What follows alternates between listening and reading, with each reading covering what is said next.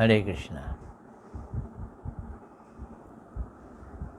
उपदेशामृत श्रील प्रभुपाद जी के द्वारा।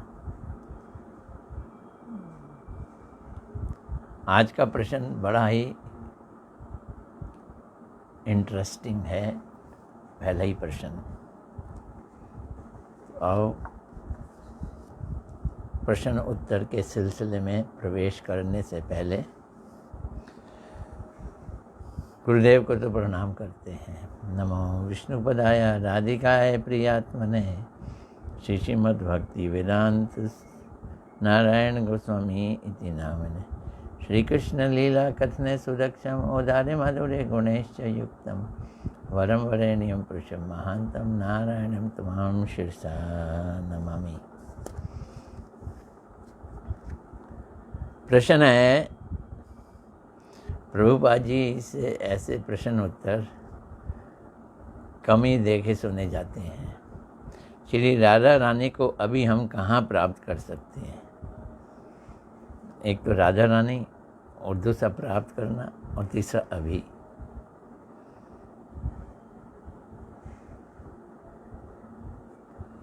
प्रभुपाद जी क्या उत्तर दे रहे हैं? राधा रानी, श्री राधा रानी अभी नहीं है, हम प्राप्त नहीं कर सकते क्योंकि वो है नहीं। ऐसा तो हो नहीं सकता, ऐसी बात नहीं है। जब वो हैं अभी, तो अभी हम उन्हें प्राप्त भी कर सकते हैं। तो राधा रानी को हम अभी प्राप्त कर सकते हैं।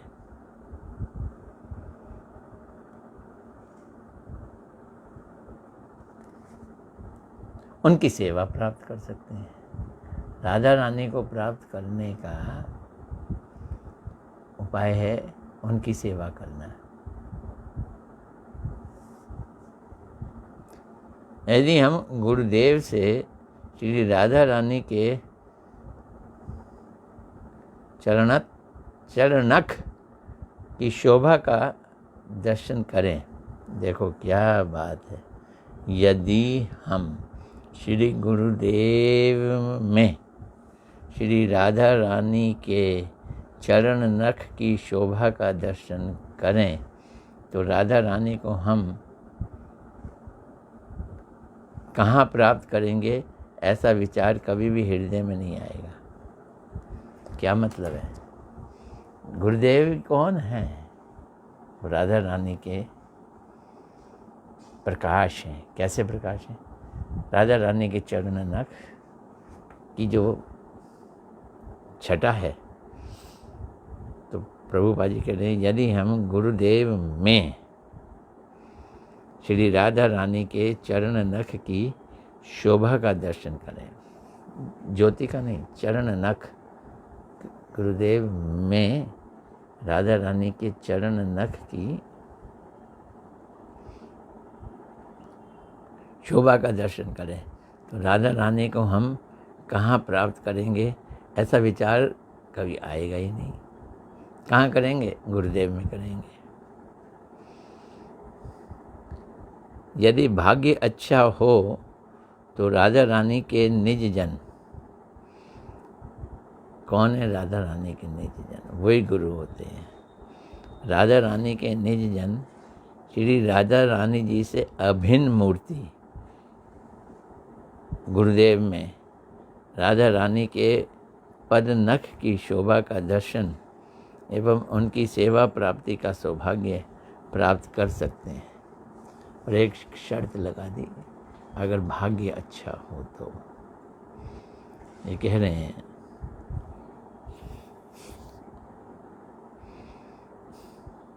ये भाग्य अच्छा होने का क्या मतलब है? यही सुकृति है।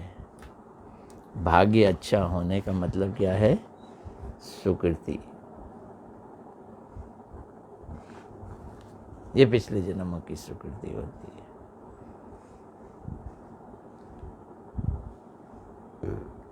मधुर रस में श्री गुरुदेव राधा रानी की प्रिय सखी हैं। अब गुरुदेव को राधा जी से कनेक्ट कर रहे हैं और फिर राधा जी को पाएंगे। मधुर रस में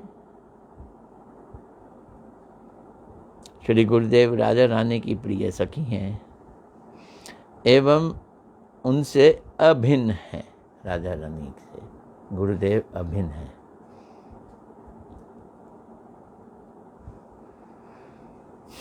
मधुर रस के आश्रित गुरुनिष्ठ भक्त हैं गुरुदेव।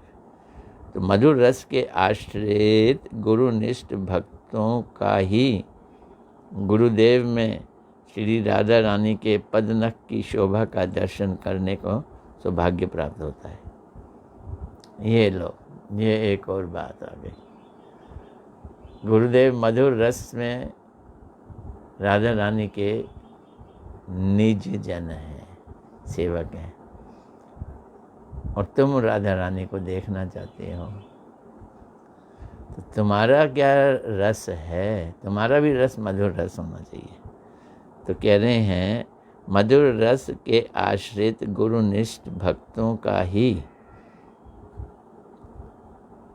जो भक्त गुरुनिष्ठ हैं और मधुर रस में आश्रित हैं, तो मधुर रस के आश्रित गुरुनिष्ठ भक्तों का ही गुरुदेव में श्री राधा रानी के पदनख की शोभा का दर्शन का सौभाग्य प्राप्त होता है।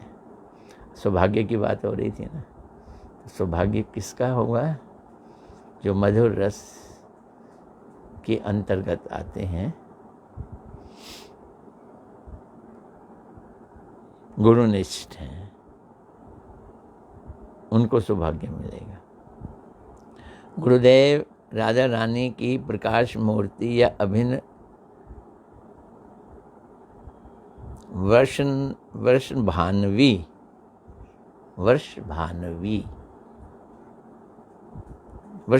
हैं।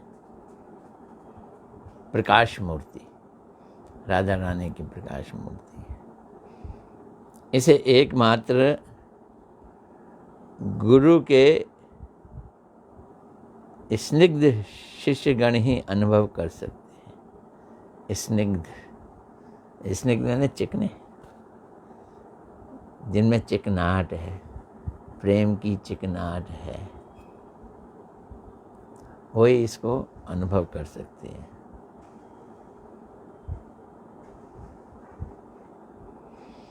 अब एकदम मौसम बदला, दूसरा प्रश्न आया। दूसरा प्रश्न क्या है? किसी घटना के घटने पर उसे किस रूप में देखना चाहिए? अब पूछने वाले का घटने से क्या मतलब है, ये एक प्रश्न चिन्ह है। कौन सी घटना कहना चाहता है? प्रभुपाद जी किस घटना का जिक्र करने जा रहे हैं, सुनेंगे। छोटा सा उत्तर है।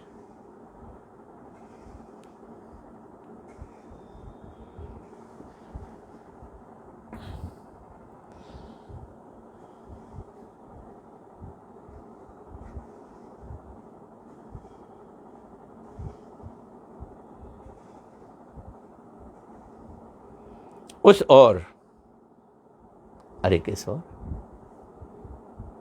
कृष्ण की ओर देखकर, श्री कृष्ण की ओर देखते रहें तो सब ठीक है, परंतु उस ओर ना देखकर इस ओर देखें तो अपने या दूसरों के कृतित्व की ओर देखें तो हमें सब उल्टा पुल्टा दिखाई देगा।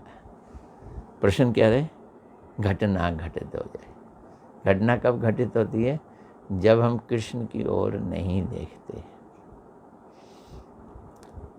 तो कैसे प्रभुपाद जी कह रहे हैं? उस ओर यानी कृष्ण की ओर देखते रहें तो सब ठीक है, परंतु उस ओर यानी कृष्ण की ओर ना देखें तो इस ओर देखें तो अपने या दूसरे के कर्तव्य की ओर देखें, अपने या दूसरे की कर्तव्य की ओर देखें तो हमें उल्टा पुल्टा दिखाई देगा। बड़े बड़े ऊंचे ऊंचे पेड़ होते हैं, जैसे नारियल का पेड़ है, तो जो आदमी उस पर चढ़ जाता है, चढ़ने के बाद नारियल तोड़ लेता है, तो मुसीबत आती है उतरने में। जब वो उतरता है और नीचे ज़मीन को देखता है तो उसे चक्कर आ जाते हैं। तो कहते हैं इस ओर मत देखो, उस ओर देखो। उस ओर कहाँ देखो? नारियल की पत्तियों की तरफ देखो, पेड़ की तरफ देखो। नारियल को देखते हुए उतरोगे, नारियल के पेड़ को देखते हुए उतरोगे तो चक्कर नहीं आएंगे। फिर जब उतर जाओगे तो पता चला अरे ज़मीन आ गई। तो उस ओर देखो यानी नारियल की ओर देखो, इस ओर नहीं देखो यानी ज़मीन की ओर नहीं देखो। अगर देखोगे तो घटना घटित हो जाएगी। वही प्रभुपाद जी कह रहे हैं, उस ओर कृष्ण की ओर देखना ये एक पंथ है, पंथा। कौन सा है? अवरोह, चढ़ने वाला, ऊपर चढ़ने वाला रास्ता। या दूसरा नाम है इसका श्रोत पंथा। हम उस तरफ देखेंगे कैसे?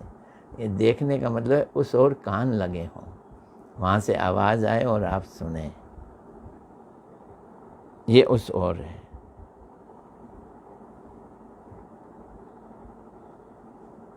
श्रोत पंथा या डिडक्टिव प्रोसेस में देखना है, ये इंग्लिश में शब्द निकाला है। अगर 100% इसका मतलब मैं भी नहीं जानता, शब्द क्या दिया उन्होंने? Deductive process. परंतु इस ओर देखने का तात्पर्य है आरोह पंथा, इंडक्टिव प्रोसेस। आरोह मैंने उतरने वाला रास्ता, आरोह पंथा। और देखने का क्या मतलब है? देखने का तात्पर्य है माप लेने की बुद्धि के द्वारा देखना, अथवा भगवान का कृतित्व ना देखकर अपने कृतित्व को देखना। वास्तव में तो ये अहंकार है, मैं करता हूँ, मैं करता हूँ। यही घटना दुर्घटना है, इसी से ही दुख पैदा होता है। प्रभुपाद जी ने बस इसमें इतना ही उत्तर दिया, लंबा नहीं दिया।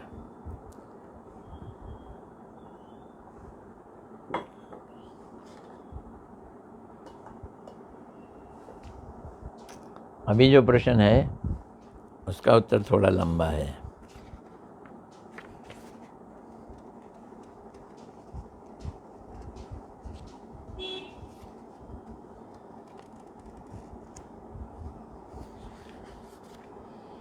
अच्छा खासा लंबा है भाई।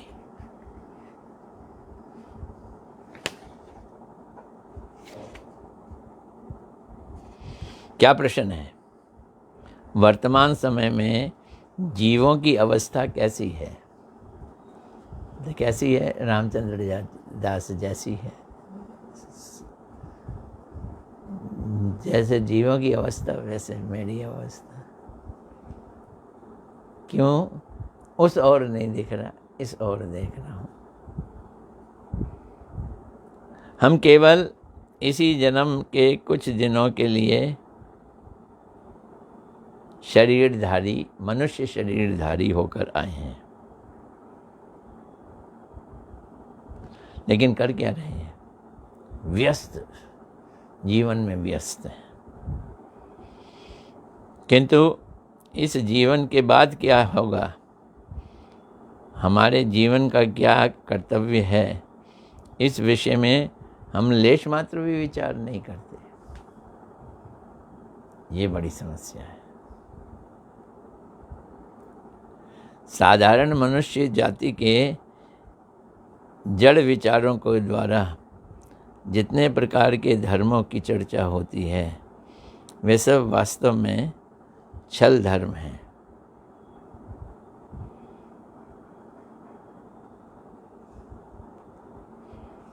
एक कोट दे रहे हैं, पृथ्वी ते जत कथा धर्म नामे चले, भागवत कहे सब परिपूर्ण छले। धर्म के नाम पे जितनी चर्चाएं होती हैं पृथ्वी पे, अधिकतर सब छल है। पृथ्वी पे जत कथा, जितनी कथाएं हैं, धर्म नामे चले, धर्म के नाम पे जो चले, भागवत कहे सब परिपूर्ण छले। भागवत में कहा है वो पूर्ण छल है, सब छल है।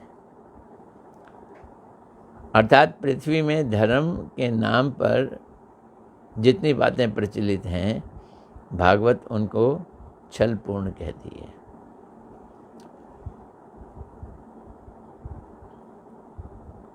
हम आगे बढ़ रहे हैं, अग्रसर हो रहे हैं, कैसे जाने, या पीछे जा रहे हैं। ऐसा तुलनात्मक विचार ये होना अति आवश्यक है। सोचना चाहिए, कैलकुलेट करना चाहिए, हम बढ़ रहे हैं या घट रहे हैं। तुलनात्मक विचार। जितने भी मनोधर्मी लोग होते हैं, उनकी गति सत्य के विपरीत दिशा में ही होती है। मनोधर्मी यानी मन की मानना जिनका धर्म है, उनकी गति कहाँ होती है? उनकी गति सत्य के विपरीत होती है। श्री चैतन्य देव ने तो केवल वास्तव सत्य के मार्ग पर अग्रसर होने की शिक्षा दी है। अच्छा, महाप्रभु जी शिक्षा दे रहे हैं सत्य के पथ पर चलने की। सत्य के पथ का नाम क्या है? वास्तव सत्य के मार्ग पर अग्रसर होने की शिक्षा दी है। कौन सा सत्य? वास्तव सत्य।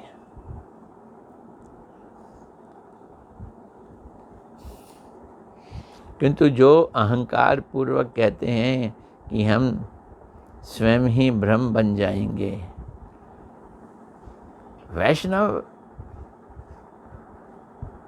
वैष्णव भक्ति में ये लोग जो अपने को ब्रह्म कहते हैं, भगवान को भी ब्रह्म कहते हैं, भगवान को निराकार कहते हैं, ये बहुत ही बड़े रुकावट है।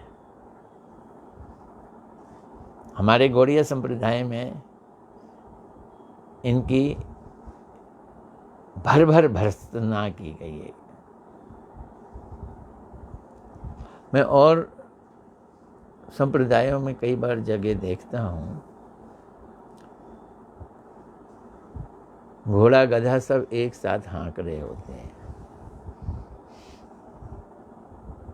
हम ब्रह्माष्टमी को भी सम्मान दे रहे होते हैं, भगवान की भक्ति को भी सम्मान दे रहे होते हैं। ये बिल्कुल ऐसा है, सत्य को भी सम्मान दे रहे हैं, असत्य को भी सम्मान दे रहे हैं। हम स्वयं ही ब्रह्म बन जाएंगे,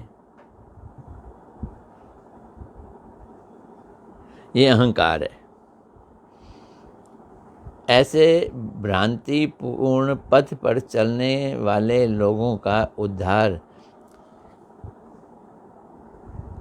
बड़ा मुश्किल है। उद्धार करना जरूरी भी है पर मुश्किल है। मरने से पहले मनुष्य को दो बातें अच्छी तरह से समझ लेनी हैं। क्या?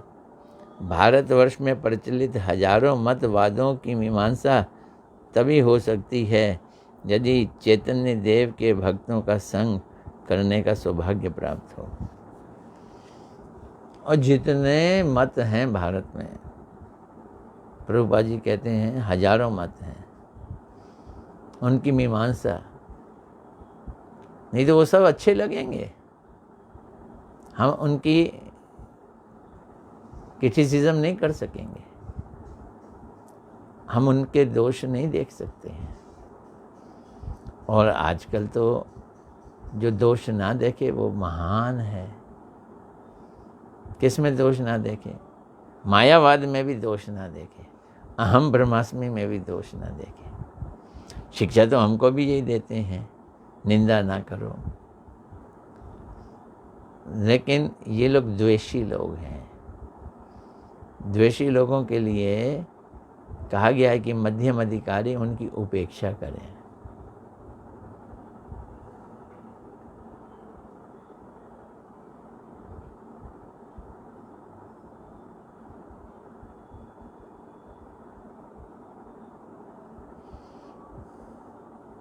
जो अदूरदर्शी हैं,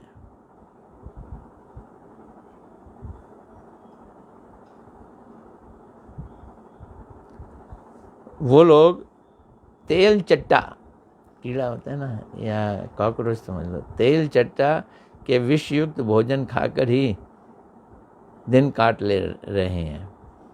वे ऐसा सोचते हैं कि इसे छोड़कर और कुछ खाने की वस्तु ही नहीं है। कुछ लोग ऐसा भी कहते हैं कि जगत में रहने के लिए जीना किस लिए? अपनी सत्ता को लोप कर दो, मर जाओ तो अच्छा।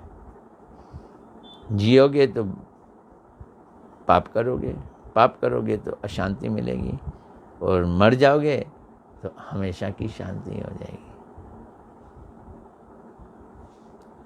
जैसे कि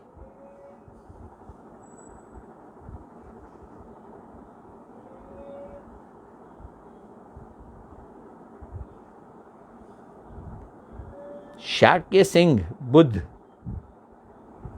के बारे में कह रहे हैं। शाक्य सिंह बुद्ध का विचार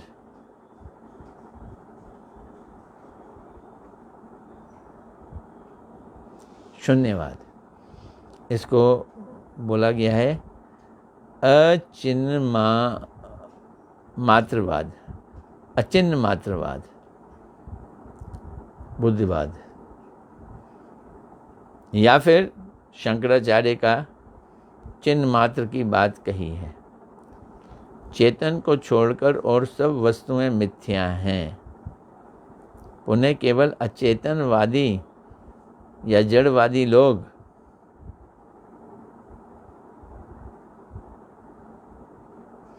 परोपकार का विचार लेकर घूम रहे हैं। देखो प्रभुपाद जी यहाँ एक बात कह रहे हैं कि जो जड़वादी लोग हैं, मायावादी लोग हैं, शून्यवादी लोग हैं, वो लोगों की थ्योरी क्या है? दूसरों का उपकार करो, पर उपकार। तो पर उपकार का विचार लेकर घूम रहे हैं। जीव का विचार लेकर नहीं घूम रहे, कृष्ण की सेवा का विचार लेकर नहीं घूम रहे हैं। क्यों? कृष्ण को तो मानते ही नहीं है, कृष्ण को तो जानते ही नहीं है, तो कैसे आगे काम चलेगी? वे जागतिक ज्ञान संग्रह करने में व्यस्त हैं, परंतु आवश्यकता तो चेतन वस्तु के विषय में विचार करने की है। चेतन वस्तु ब्रह्म को कहते हैं वो, लेकिन चेतन है क्या चीज़, इस पे विचार करते ही नहीं है।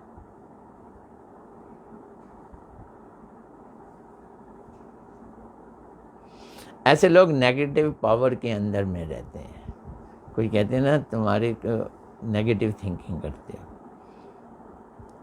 जो भगवान को जड़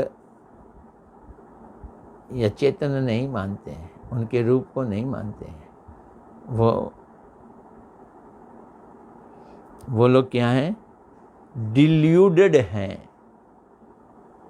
भ्रांत हैं, वंचना करते हैं। भगवान की कथाओं की चर्चा करने पर उनके चक्कर में नहीं पड़ना पड़ेगा। किनके? ऐसे लोगों को। अहम ब्रह्मास्मि, बुद्धवाद। ये कब होगा? जब हम भगवान की कथाओं की चर्चा करेंगे। तो प्रश्न ये था कि वर्तमान समय में जीवों की अवस्था कैसी है। अवस्था डिल्यूडेड वाली है। कथाओं को सुनोगे तो बच जाओगे। सारे जगत को भगवान का सेवक के रूप में देखने पर किसी प्रकार का दुख नहीं रह जाएगा। दिखता नहीं है, दिखता तो अपने अनुरूप के हिसाब से है। कोई आपसे अच्छी बातें करता है, आप कहोगे ये बड़ा अच्छा है, और कोई आपसे ईर्ष्या करता है तो आप कहोगे ये बड़ा बुरा है। लेकिन ये भगवान का सेवक है, ये चीज़ तो ना हमें दिखाई देती है ना हम मानते हैं।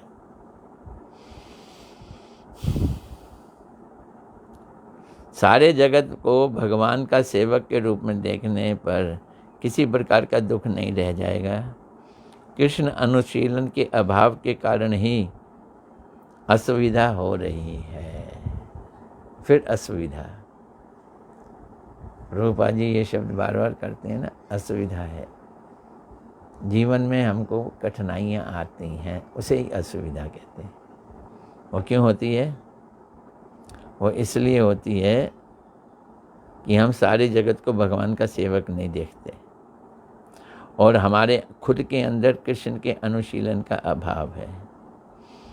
श्री कृष्ण ने गीता में कहा है, महाप्रभु ने एक बात में उसी विषय को कह दिया। महाप्रभु जी कह रहे हैं, कहाँ कह रहे हैं? चैतन्य चरितामृत में कह रहे हैं, जीवेर स्वरूप है कृष्णेर नित्य दास। एक ही प्यार में बोल दिया है, जीव का स्वरूप है कृष्ण का नित्य दास। कृष्णेर तटस्थ शक्ति भेद अभेद प्रकाश। जीव कृष्ण की तटस्थ शक्ति से निकला है, उसका कृष्ण से भेद भी है और अभेद भी है, भिन्न भी है और अभिन्न भी है। भेद अभेद प्रकाश है जीव। कृष्ण भूली से जीव अनादि बहिर्मुख। हम अनादि काल से इस संसार में फंसे हुए हैं। क्यों फंसे हैं? बहिर्मुख होने के कारण। बहिर्मुख मतलब है कृष्ण की तरफ मुख ना करके संसार की तरफ मुख कर लिया, यानी संसार को देखने लगे, कृष्ण को नहीं देखा। अतएव माया तारे दे संसार आदि दुख। तो उसको संसार आदि दुख मिलते हैं जो बहिर्मुख है।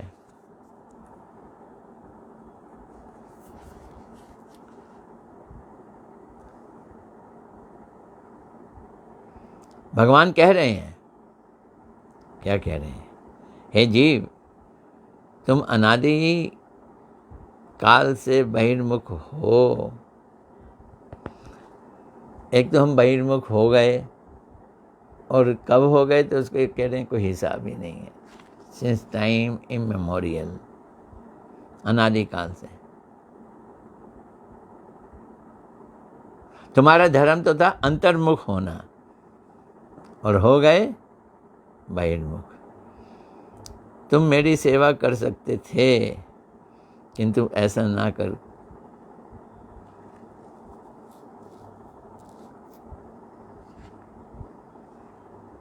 तुम मुझसे सेवा करवाना चाहते हो। भगवान कह रहे हैं, मेरी सेवा करने की बजाय मुझसे सेवा करवाना चाहते हो।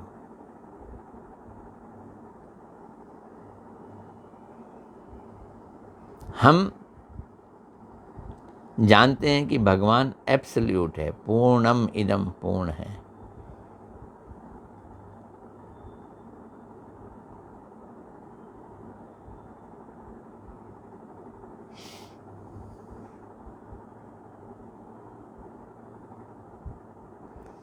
तो उत्पन्न हुए भगवान से, एब्सोल्यूट से उत्पन्न हुए, तो हमारे स्वरूप में भी भोग करने की बुद्धि है। पर कितनी बुद्धि है? अल्प बुद्धि है, माप लेने वाली बुद्धि। वो बुद्धि जो नाप सकती है, जो भगवान की भक्ति में जाती है वो बुद्धि नापने का काम छोड़ देती है, क्योंकि भगवान अनंत हैं, उनको नापना का मतलब बेवकूफ़ी है।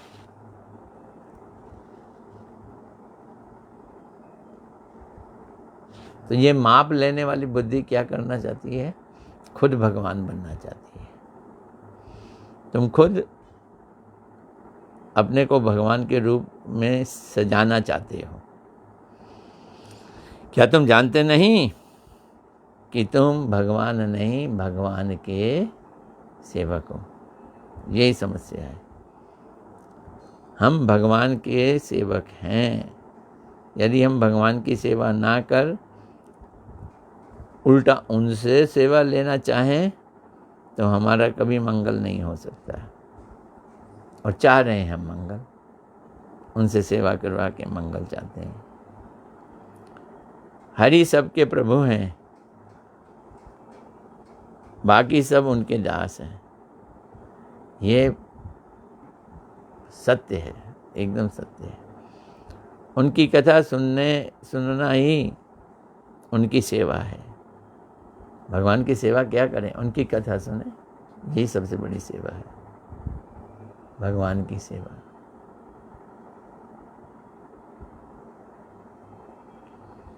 जो सब कथाएं जगत के व्यवहार के लिए हैं, उनका नाम हरि कथा नहीं है। ये ग्राम कथाएं हैं, जो संसारिक कथाएं हैं। भगवान की कथाओं का कीर्तन करने वाले गुरु वैष्णव कहलाते हैं। हमारे लिए वही गुरु हैं, गुरु होते हैं। और जो कथा सुनता है वो शिष्य होता है। ये गुरु शिष्य का संबंध है। श्रवणकारी और शरणागत ये शिष्य होते हैं, सबमिसिव। जो सुनने में कुछ दुविधा अनुभव करते हैं, ऐसे लोगों के निकट हरि कथा बोलने से उनका कुछ मंगल नहीं होगा। जो सुनना ही नहीं चाहते हैं, ये द्वेषी लोग हो गए। फिर जाके हरि कथा का कोई फायदा नहीं। भगवान की कथा भगवान के भक्तों को सुनाई जानी चाहिए।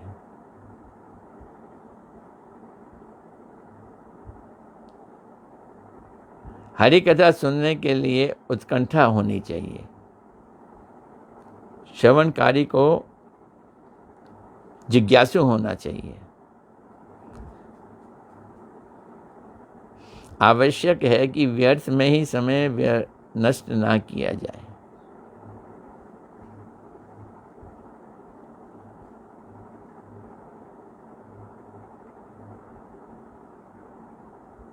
अगर हम समय बर्बाद करते हैं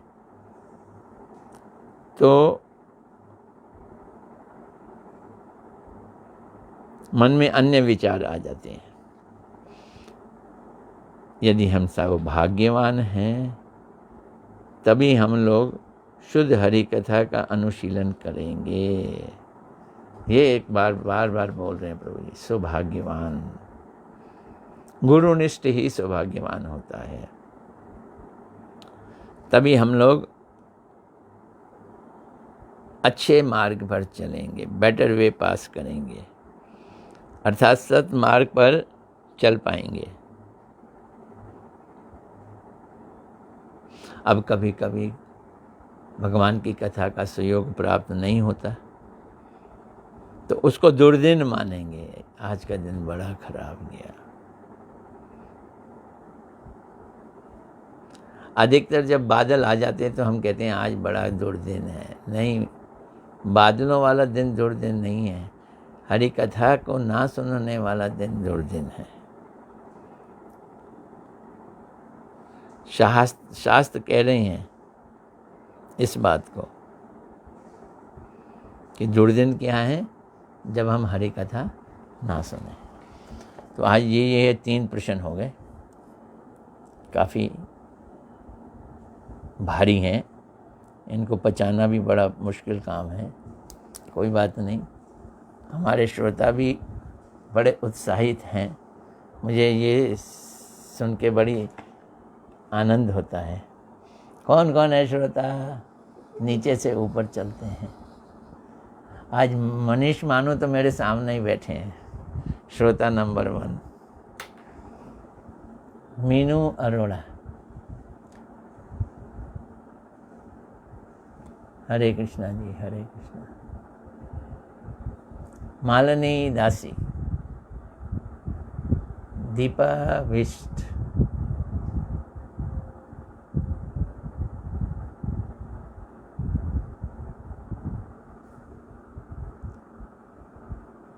ये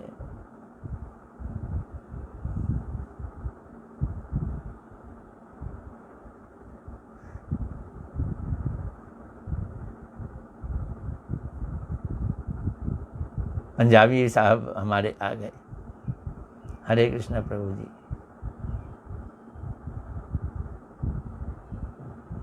रौनक सिंह, नहीं नाम तो है, कौन से पाल? सहजपाल सिंह। पंजाबी सीखी थी, अब भूल गया मैं। अमिता सूर्यवंशी, उषा गुलानी, नीलू भाटिया। आज इतने लोग दिख रहे हैं। चलो, जो नहीं आए वो बाद में सुन लेंगे। हरे कृष्णा कृष्णा कृष्णा हरे हरे, हरे राम